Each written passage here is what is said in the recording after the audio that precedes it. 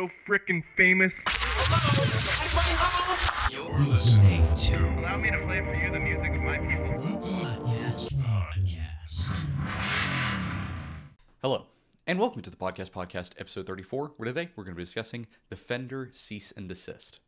Yeah, it's been a little while since I last did a podcast episode, but nothing's been happening in the universe. Only now, like with Fender being kind of stupid, am I able to talk about something. I mean, yeah, some politics happen, but I'm not going to talk about that. That crap's boring.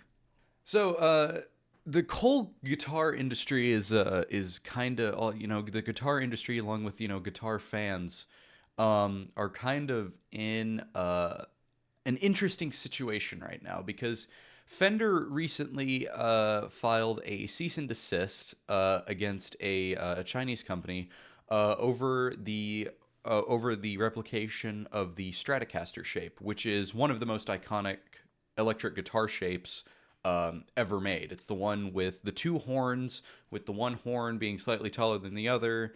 Basically, if you go on your phone or tablet or whatever and you go into the emoji section and you look up guitar, that is what comes up. It's an incredibly iconic design, and that's because no real part of the Stratocaster shape is by design, apart from maybe the lower horn. The overall shape for the Stratocaster was designed completely based on the most comfortable shape for it being on your lap. That's why it's got the comfort cut in the lower corner. That's why it's got the arches in it. And the reason it has the horns is because the strap knobs, that it helps balance the guitar when you're wearing it with a strap, so it doesn't nosedive or anything like that. It's such a perfected design. That's why it's caught on over the past 72 years, I think.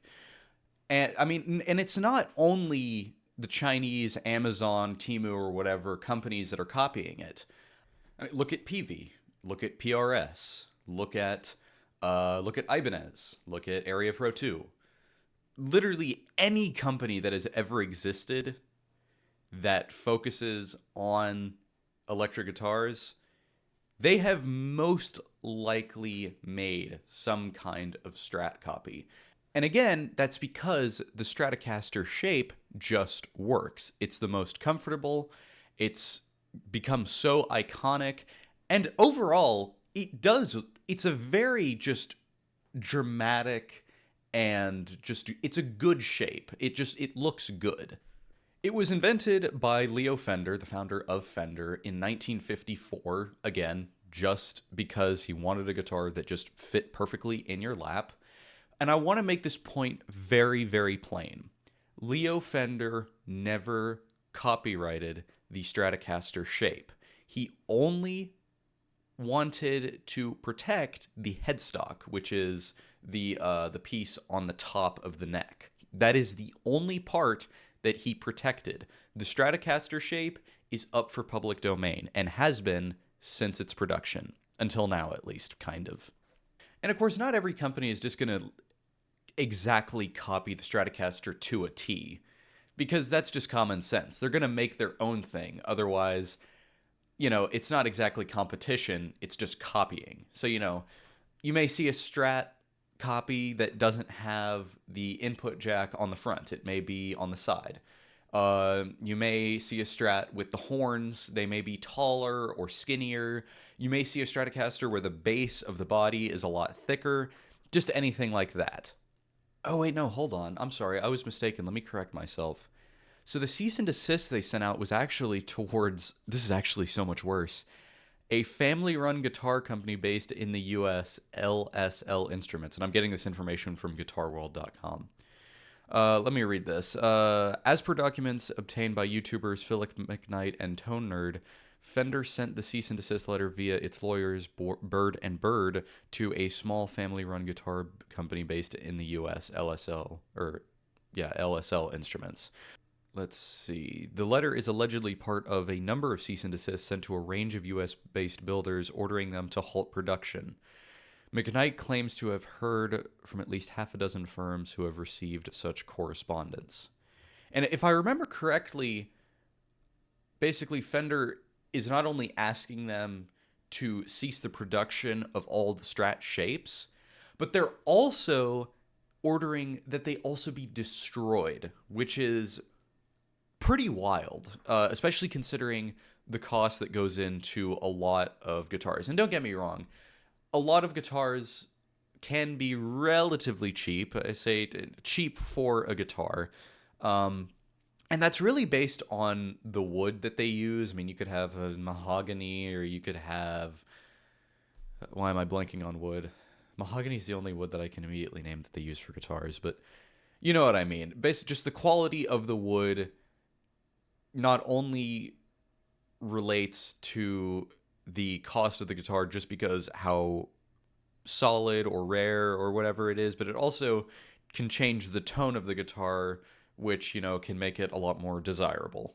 So if you're wondering, why is Fender only doing this now? Well, it's because something happened to Fender that every company goes through, and it's always a mess. They got a new CEO. It sucks. I don't know what happened to the last CEO, but they got a new one, and he didn't like it, I guess. So where I got the information that they issued a cease and desist from a Chinese manufacturer is that they did. A little while ago, they did, and they won, which made them a little froggy. The only reason they won, though, is because there was no counter argument. And according to Fender, this gives them the legal right to protect the Stratocaster shape from now on. Now, I'm not a law professional, but I don't necessarily think that's how that works. Let's see. According to Guitar World, yeah. So it established the Stratocaster as a copyrighted work of art based on original creative expression, and any firms operating or selling the Stratocaster-inspired guitars in the EU were believed to be at risk of falling afoul of the ruling. So let me see if I can access the Fender cease and desist letter. Because if I am able to, that will definitely add some humor to this episode, because it is one of the funniest things I have ever read. Let me see if I can find a site that has it on like in PNG or something. Okay, I had to find a YouTube video from my on my phone to access it. The YouTube video that I'm using is from KDH. If you want guitar information, news, whatever, use KDH. Guy's awesome. So, the letter begins, "Dear sirs or madams, we are writing to you in the name and on behalf of Fender Musical Instruments Corporation, Scottsdale, Arizona. We're looking to receive a response till 25th of May, which is in 6 days. As you know, Fender is one of the most prestigious and well-known manufacturers of musical instruments and equipment, particularly of electric guitars. Fender has been producing electric guitars since 1946. Wow. Let's see. Oh yeah. So here's the first funny part. So in their letter, the first image that they use is a picture of a Stratocaster to list the details of their Stratocaster. Funny thing is, though, that they have two different Stratocasters in their letter. They have a replica from China, and then they have a real Fender American Stratocaster. The Stratocaster that they used in the letter to say this is what an actual Stratocaster looks like was the Chinese one, because they look so similar, which just kind of goes to show ignorance, similarity, all that doesn't really matter. In 1954, the company's founder, Leo Fender, created an electric guitar called the Stratocaster, inspired by the futuristic tail fins of Cadillacs and Mustangs popular at the time. This is... Okay, yeah, so here's where the letter gets, like, kind of creepy in a sexual way, because you read this and you're just like, okay, they're either making this up or Leo Fender was very... had his mind on something. So, yeah... This is the first mention of it, and by the appeal of feminine curves. Basically, they're saying that the Stratocaster, the shape was based on a lot of sex appeal. Yeah, so here we go. The design as a body without edges gives the Stratocaster soft curves that evoke associations with a female torso, consisting of hips, waist, and arms. At the same time, the left side is stretched so that the S-lines of the two sides are not parallel, but the radii of their respective curves are uneven. In addition, the left horn, reminiscent of an arm, is elongated with I don't even want to read that. Basically, what they're saying is, if you're looking at a Stratocaster, you're looking at a naked woman, and that's awesome. You love that, don't you? And again, they're totally pulling this out of their rear because, as I said, the Stratocaster was designed purely for functionality. It never was supposed to resemble the Cadillacs and Mustangs of the time. It was never supposed to resemble your girlfriend. It was supposed to just work, and it does. Has it kind of been turned into this super sexy and radical kind of design? You know, if you have a Stratocaster, you're a mean son of a gun. Sure, whatever. That's just time doing its thing, and you know, culture being culture. It wasn't designed for that. And I'm not saying it doesn't work as that. If I tried hard enough as a man, yeah, I can see a woman in there, but I can also see a perfectly functional electric guitar because that's what it is. Now, the super sad thing about this is that Fender could have done this to anyone, and they chose to do it to a family-run business who makes guitars by hand. And something like that can ruin them. I mean, ruin the whole family, because that's their business. That's what they do.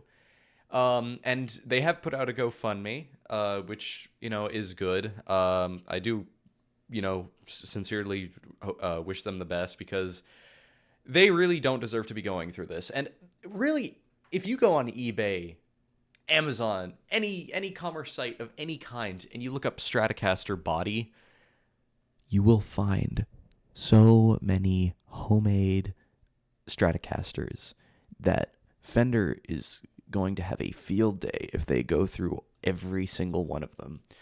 And they're going to ruin a lot of people if they do that. A lot of people are saying that this is going to change the guitar industry a lot if this ends up being successful, which